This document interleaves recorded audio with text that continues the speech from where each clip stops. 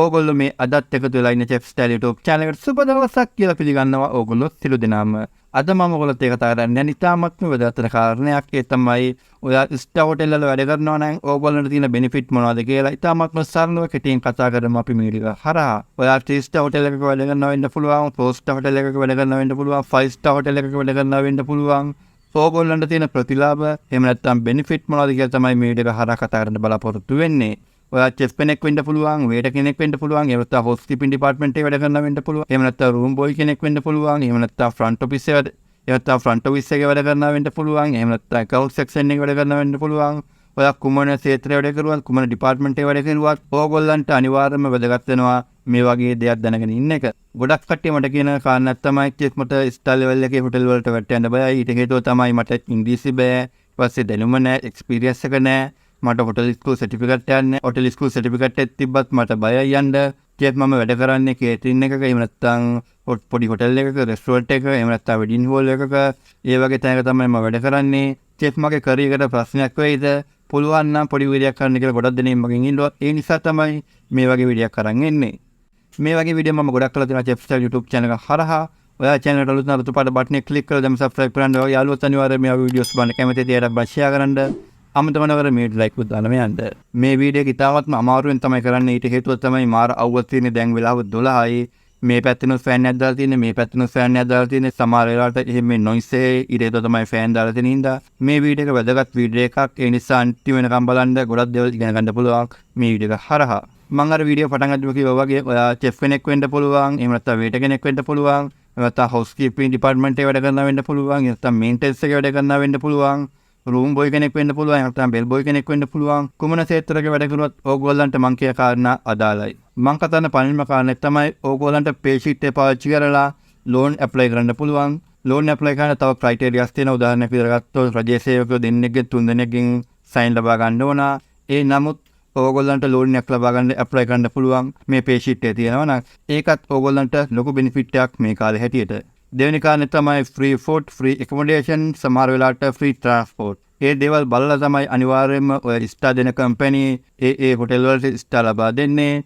ඕගොල්ලන්ට නොමිලේ ආහාර ලබා ගන්න පුළුවන්, නොමිලේ accommodation පහසුකම් ලබා ගන්න පුළුවන්, නොමිලේ transport ලබා ගන්න පුළුවන්. transport කියන එකෙන් මම අදහස් කරන්නේ ඕගොල්ලන්ගේ ගෙදරම drop කරනවා කියලා. නමුත් ඕගොල්ලන්ට ප්‍රධාන නගරයක් ආසන්නය දක්වා ඕගොල්ලන්ට transport ලබා ගැනීමේ හැකියාව තියෙනවා. ඒකත් මේ කාලේ හැටියට ඕගොල්ලන්ට ලොකු benefit එකක් වෙයි. මම කතා කරන තුන්වෙනි කාර්යය තමයි job opportunity. ලංකාව විතරක් නෙමේ ලෝකේ ඕනම රටකට රැකියාව ලබා ගන්න පුළුවන්. ඔයාට 5 star, 4 star, 3 star වගේ level එකේ සහතිකයක් තියෙනවා. සහතිකයක් තියෙනවා කියන්නේ working experience තියෙනවා නම්, working service letter එකක් තියෙනවා නම් අනිවාර්යයෙන්ම ලෝකේ තියෙන ඕනම රැකියාවට ඕගොල්ලන්ට apply කරන්න පුළුවන් මේ සහතිකය තුලින්. මේ කාලයට ගොඩක් කට්ටිය තියෙන ප්‍රශ්නයක් තමයි ගොඩක් කට්ටිය chefලා විදියට සේවය කරනවා.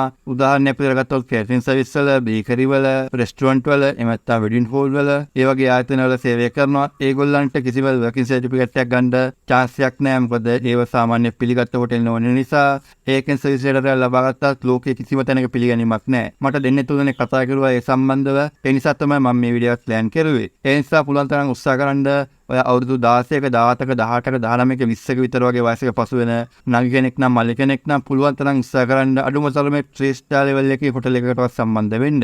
3 star හොටෙල් එකේ වැඩ කරලා අවුරුදු 2ක් විතර වගේ වැඩ කරද්දී ඕගොල්ලන්ට පුළුවන් ආයේ 4 star 5 star level එකේ හොටෙල් එකක වගේ සේවය කරන්න.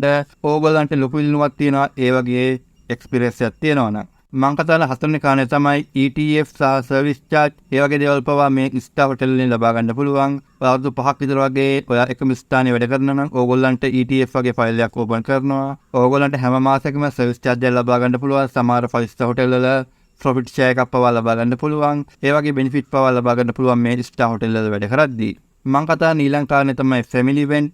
family event විදිහට ගත්තොත් ඕගොල්ලන්ට end of the year ඕගොල්ලන්ට party එකක් බලා ගන්න පුළුවන්. එහෙම නැත්නම් කොහෙනි trip එකක් යනවා. එහෙම නැත්නම් ඔයාගේ කවුරු හරි hospital admit වෙලා ඉන්නේදී ඒ දේවල් ඕගොල්ලන්ට ලබා ගන්න පුළුවන්. හොටෙල් එක හරහා සමහර life insurance පව ඕගොල්ලන්ට ලබා ගන්න පුළුවන්. ඔයා permanent සේවකයෙක් නම් ඒ වගේ benefit රාශියකුත් තියෙනවා මේ හොටෙල් ඉන්ඩස්ට්‍රිය තුල. අපි ඊළඟ පොඩ්ඩක් සරලව කතා කරමු ඕගොල්ලන්ට සරලව තියෙන benefit මොනවද කියලා. පළවෙනිම කාර්යය තමයි service charge. මම අර කලින් කිව්වා. ඊට පස්සේ profit share, ඊට පස්සේ buffet allowance, එහෙම නැත්නම් bar allowance. ලොකු පොසිෂන් වලට ගියොත් ඒ වගේ allowance පව ලබා ගන්න පුළුවන්. ඊට පස්සේ free medical, උදාහරණයක් කියලා ගත්තොත් මම ඩොල්ෆින් එකේ වැඩ කරද්දී එක 3 star හොටෙල් එකක් හැම උදෑසරයක් අපේ මෙඩිකල් එක චෙක් කරනවා, බ්ලඩ් චෙක් කරනවා, යූරින් චෙක් කරනවා, පුපු චෙක් කරනවා, ඊට පස්සේ කන් ඇහෙනවද කියලා බලනවා, ඇස් පේනවද කියලා බලනවා. ඒ වගේ දේවල් පවා මේ ස්ටා හොටෙල් වලින් ඕගොල්ලන්ට ලබා ගන්න පුළුවන්. සාමාන්‍යයෙන් ඒ වගේ මෙඩිකල් එකක් ගන්න අද කාලේ හිටිය රුපියල් 5000ක් විතර වගේ මුදලක් යනවා සාමාන්‍ය මට්ටමේ. නමුත් ඕගොල්ලන්ට මේ ස්ටා හොටෙල් එකක වැඩ කරනවා නම් ඕගොල්ලන්ට නොමිලේ ලබා ගන්න පුළුවන් අවුරුද්දකට සැරයක්. ඒ වගේ දේවල් තමයි මේ වීඩියෝ එක හරහා ඉතාමත්ම සරලව කියන්න තියෙන්නේ. මේ වීඩියෝ එක මම ඉතාමත්ම අමාරුවෙන් තමයි ෂූට් කරුවේ. මේ පොඩි වීඩියෝ එක කරන්න මට පැය දෙකක් විතර වගේ ගියා. ඊට හේතුව තමයි මම වැඩ කරන්නේ ඉතාමත්ම අමාරු තැනක. ඕගොල්ලන්ට බලන්න පුළුවන් මගේ ෂර්ට් එකේ දාඩිය දාලා තියෙනවා මේ වෙද්දි මම මේදි ෆෑන් දෙකක් දාලා තියෙන්නේ. ඒ පැත්තේ ෆෑන් එකක් දාලා තියෙනවා, මේ පැත්තේ ෆෑන් එකක් දාලා තියෙනවා. මොන ෆෑන් එකක් දැම්මත් ඉන්න බෑ මාරස්නි. මගේ ඊළඟ වීඩියෝ එක Q&A වීඩියෝ තමයි කරන්න යන්නේ.